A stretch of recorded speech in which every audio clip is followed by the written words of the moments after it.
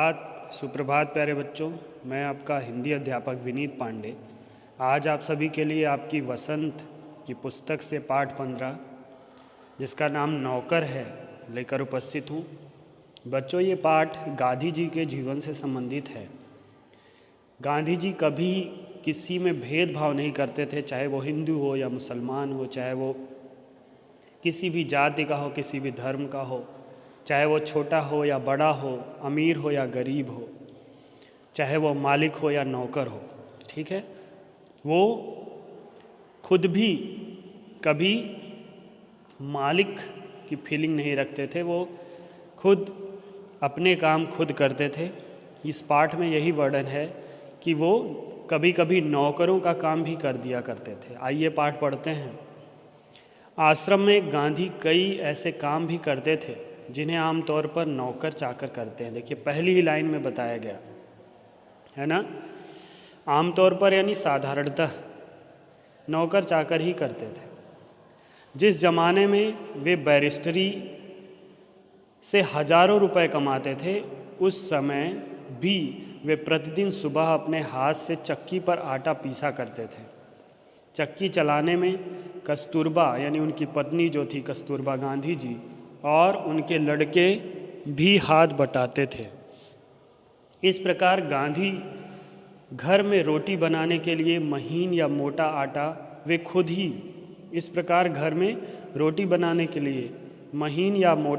खुद ही पीस लेते थे।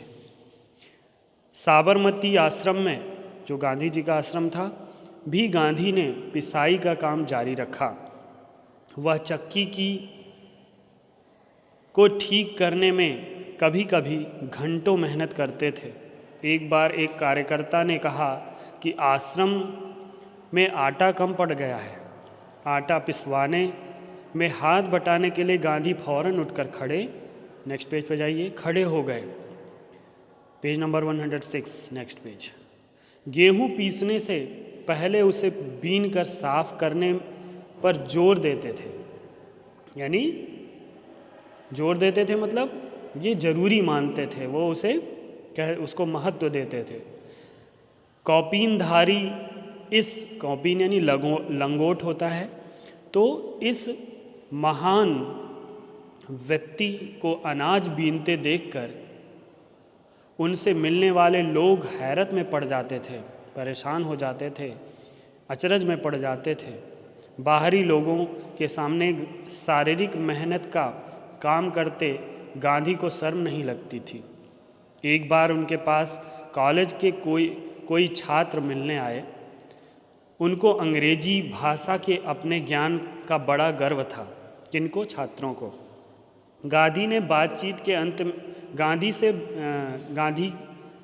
बातचीत के अंत में वे बोले, बापू, यदि मैं आपकी कोई सेवा कर सकूं तो कृपया मुझे अवश्य बताएं। उन्हें आशा थी कि बापू उन्हें कुछ लिखने पढ़ने का काम देंगे।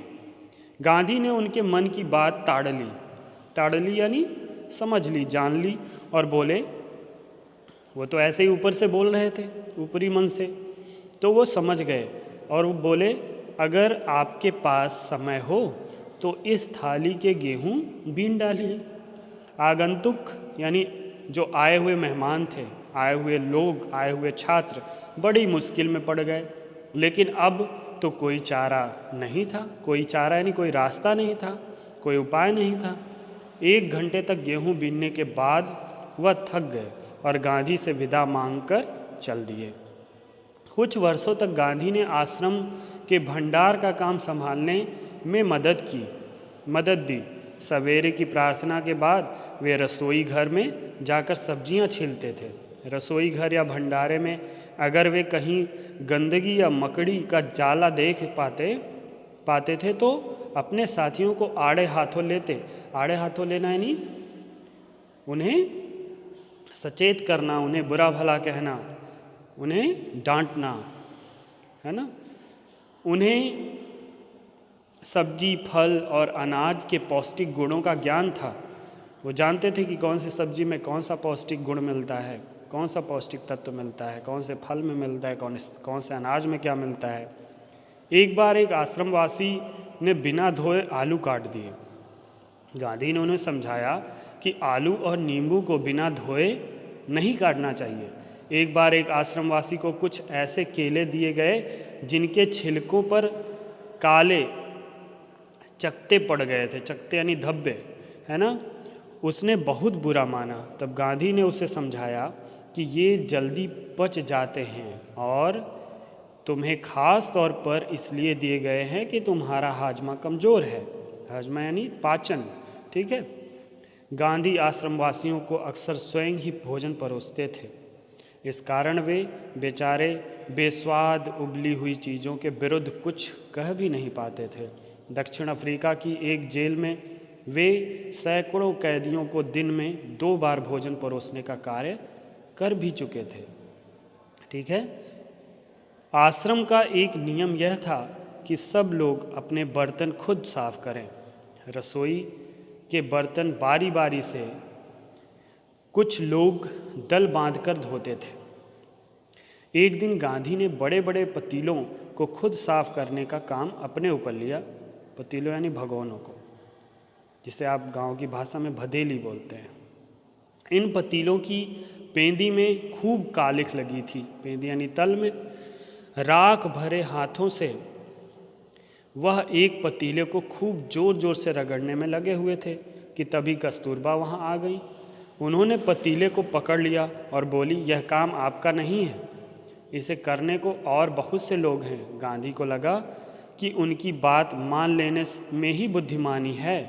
किसकी बात? कस्तूरबा की। और वे चुपचाप कस्तूरबा को उन बर्तनों की सफाई सौंप कर चले गए कि लो, अच्छा ठीक है, बहुत अच्छा, क्योंकि वो बर्तन साफ होने वाले नहीं लगते थे। तो वो समझ गए कि ये नहीं होंगे तो इन्हें दे ही दो। तो उन्होंने कस्तूरबा को दे दिया कि लो आप साफ करो, और चले गए। बर्तन एकदम चमकते ना हो तब तक गांधी को संतोष नहीं होता था। एक बार जेल में उनको जो मददगार दिया गया था, सहायक, मददगार यानी सहायक, उसके काम से असंतुष्ट होकर उन्होंने बताया था कि वे खुद कैसे लोहे के बर्तनों को भी मांझ कर चांदी सा चमका सकते हैं। जब आश्रम का निर्माण हो रहा था उस समय वहां आने वाले कुछ मेहमानों को तंबुओं में सोना पड़ा। कहाँ सोना पड़ा? तंबुओं में सोना पड़ा, टेंट में सोना पड़ा, शिविरों में सोना पड़ा।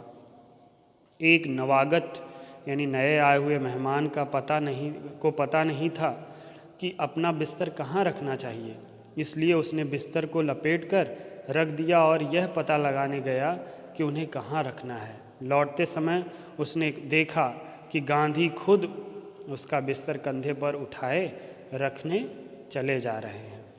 आश्रम के लिए बाहर बने कुएं से पानी खींचने का काम भी वे रोज करते थे।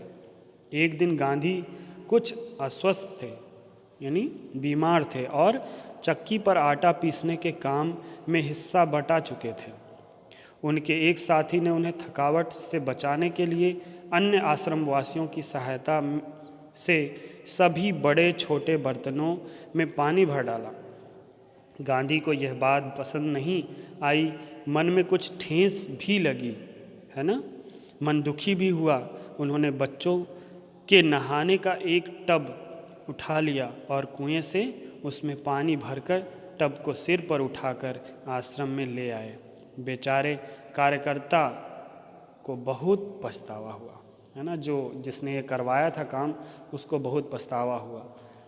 यानी गांधी जी जो थे वो हमेशा अपना काम खुद ही करना चाहते थे, दूसरों की सहायता उसमें नहीं लेना चाहते थे या दूसरों से अपना काम नहीं करवाना चाहते थे। ठीक है बच्चों, आगे की कहानी, आगे का भाग अगले जो है वीडियो में देंगे। आप इस वीडियो को देखिए, समझिए और जहाँ कोई समस्या हो हमें बताइए। Thank you, have a nice day.